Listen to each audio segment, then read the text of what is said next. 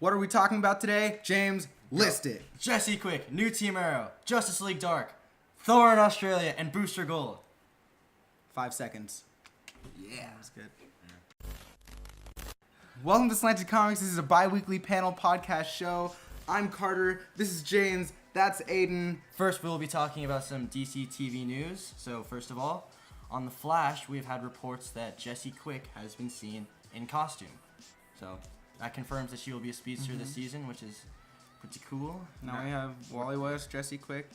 What I'm wondering happy. is she going to be in the same thing as Wally West, where it's the Timeline. Yeah, the screw timeline. up? The timeline Flashpoint? screw up. Well, or is this going to be a permanent change? Flashpoint. Well, I heard somewhere that Jesse Quick and Earth 2 Harrison Wells wouldn't be coming back until the second half of the season.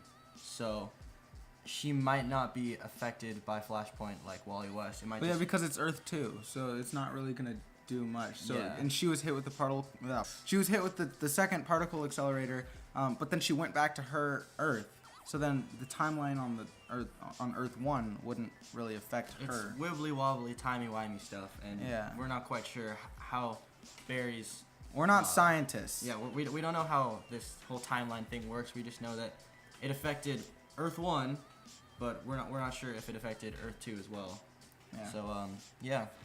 And then moving on to Arrow, we have a new lineup for Team Arrow. So I still haven't finished season 4. yeah, same. So I have to sit through that. yeah, well, okay. So first of all, we have Mr. Terrific, who has the character who becomes Mr. Terrific has been on the show for about a season, but we haven't seen him actually become Mr. Terrific, like the full-on like person with the T-spheres and whatnot. But he will be joining the lineup, and a new character named Wild Dog, who is some sort of like he's like a I don't know how to describe it. He's like a fighter boxer kind of person. And then we also have Artemis, who if you didn't know, is a character from Young Justice. She's basically kind of like Speedy with bow and arrow, and she will be played by the girl who was impersonating Black Canary last season. Still not over that, right? Yeah, no. Okay. I'm done. And also, we have seen from some of the new Arrow trailers that Diggle has re-enlisted in the military, so it is unknown if he will be starting off the season with Team Arrow. But I don't think he is, because I'm pretty sure he left last season. But I don't know. But the great thing is he's staying on the show. Well, For what we know. Hopefully he doesn't become the CW classic arc of a character with a completely different story going on at the same time that has nothing to do with it, that's way more boring than superheroes, for like the first 5 or 6 episodes before he actually joins the show. Yeah. Now that we're going on to a 5th season, do you guys still like the flashbacks we get in Arrow? I think the flashbacks are one of the things that kind of save the show, just because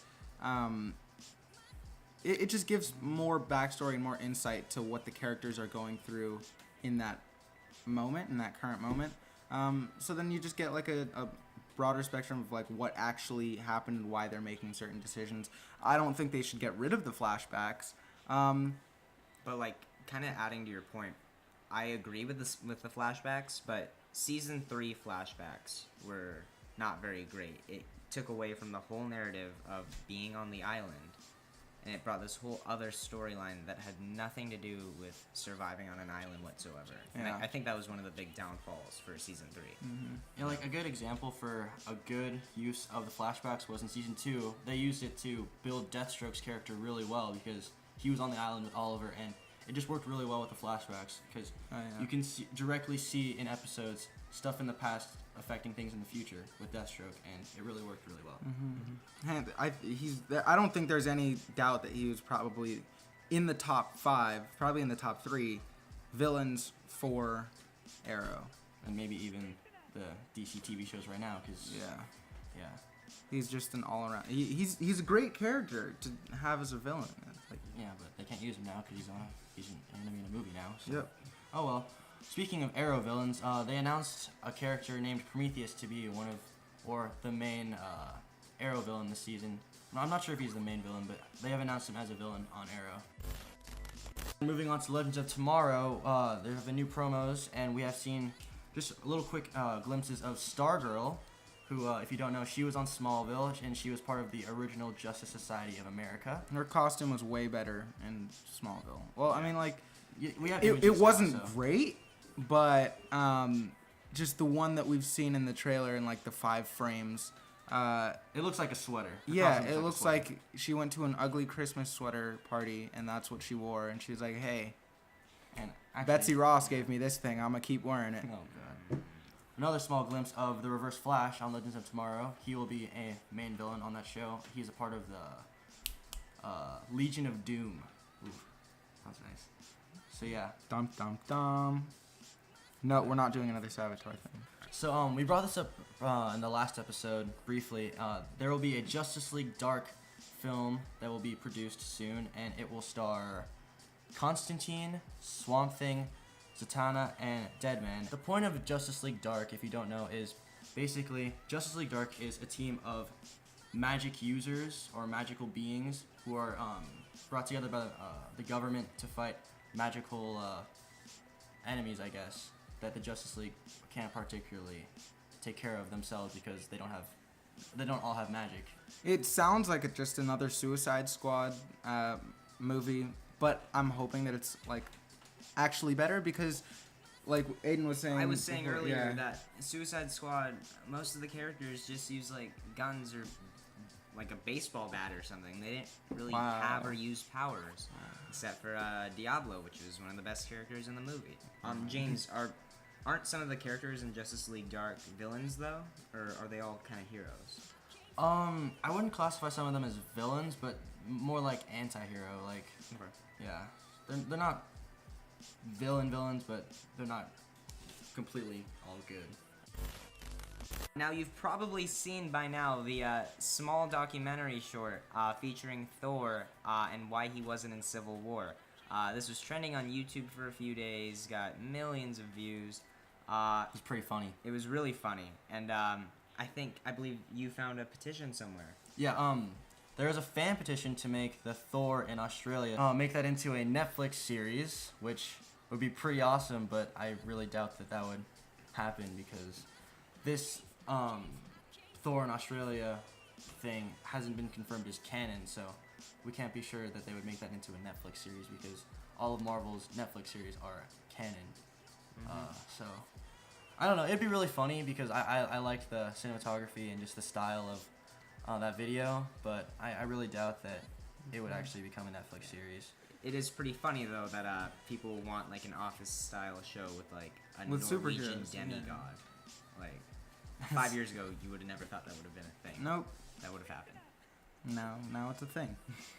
If you're interested in seeing that video, the link is in the description, so you can click that and then tell us how you liked it. Yeah. So a while back, Greg Berlanti and some DC movie execs were talking about making a Booster Gold film. And now Greg Berlanti recently has come out to say that if they do make it, the Booster Gold film will not be part of the DCEU. So basically Batman vs Superman, Man of Steel, all that stuff. But he left it sort of ambiguous, so we're not sure if Booster Gold will be in his own solo universe or if he will just kind of just not have any connections. Like he won't talk about the. I think that they're previous making too many films and like they're spreading out all of these DC heroes and villains and anti-heroes into different universes, and I think that's the wrong thing. I think mean, if they consolidated all of that, then they'd it would be easier to make other films. I kind of have to disagree with you on that. If you put them all in their own universes, it focuses more on that character. You don't have to spend the movie thinking like Iron Man 3, where are the Avengers throughout all of this? Or like Suicide Squad, where's Wonder Woman? So I kind of have to disagree with you a little bit there. I think that if you just had it where if you had the other movie with the Avengers, for example the Avengers, have them have a set agenda that they're going to have in the same time period that you have this other character going through their own thing. So then you're not worried about it's like, hey, why aren't they intervening with this problem? They already have that thing going on in their own, I guess, little world, but it's still basically in the same universe. just what I was saying, where it's like you have them isolated, but it's still connected in a way. Yeah. It's kind of like what Flash is doing with the Earth 2 and Earth 3 and everything, where they don't have to contradict each other, but they can still have their own storylines. Yeah. Yeah, but with Booster Gold, you can have him be separate in the beginning because he is again from the future, so he is. Everyone from Justice League is pretty much gone already by the time he comes around, and he is a time traveler. So if they wanted to integrate him into Justice League later, they could just have him time travel. Do you think they might do like a Deadpool type thing, where? That's the vibe I'm kind of getting from him because they haven't, since he's not connected particularly, but they can connect him later. Yeah, it's kind of like how they're gonna do how they're doing Deadpool. They should leave it open so that if they want to connect it, then they can. They shouldn't just say no, we're not connecting them. That's our episode. I hope you guys enjoyed it. If you did, click that like button. We're making videos Tuesdays and Thursdays, so subscribe so you can get those notifications and you can watch them when they come out. Also, Twitter handle, handles right here. The best way to contact us if you have any questions or you just want to, talk. Yeah. Awesome. This has been Slanted Comics. We're out. Peace.